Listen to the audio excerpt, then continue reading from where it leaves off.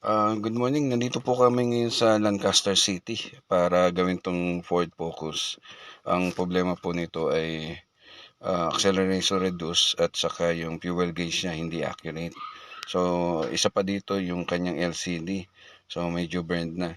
So, nabanggit ko na to kay sir na pwede na rin namin i-fix, isama na namin mamaya. So, ngayon isususi ko na para lumabas makita natin yung acceleration reduce.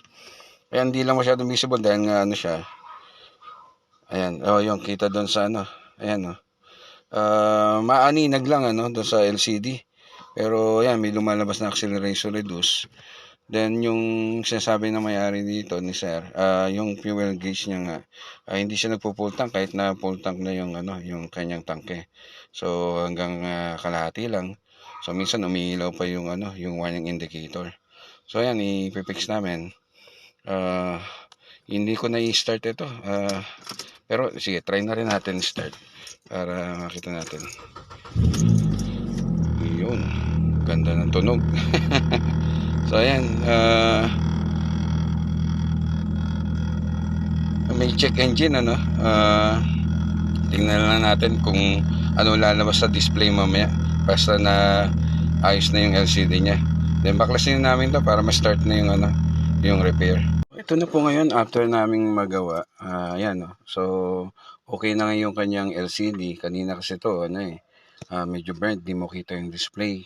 So ngayon, isususi ko na siya para makita kung may lalabas pa rin ano, acceleration reduce.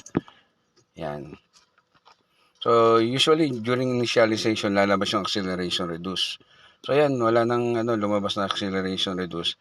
Then kung mapapansin din yung fuel gauge, kanina yan nasa half eh.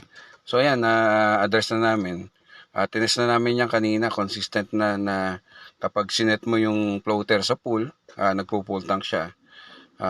Kapag ibang setting naman, nag-a-adjust siya. So kung empty, empty na rin siya.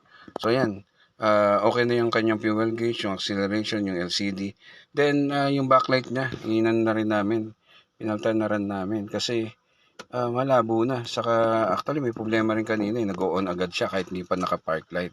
So ngayon no, pinaltan na namin din siya from green, ginawa na namin ice blue. Ayan, maganda na kasi ano siya medyo bagay doon sa kanyang head unit. Yung head unit niya kasi ayan no, may pagka blue. So ayan, at least uniform yung ano niya, yung kulay niya. Pinamili namin si sir kanina kung green or ano, kaya lang yung ano niya, head unit niya ay blue. So ice blue yung medyo mas maganda at babagay doon sa ano niya, sa head unit niya. So ito papa-test drive na lang namin para mapil ni sir kung yung pagkakaiba after na ma-repair yung kanyang acceleration na reduce na problem.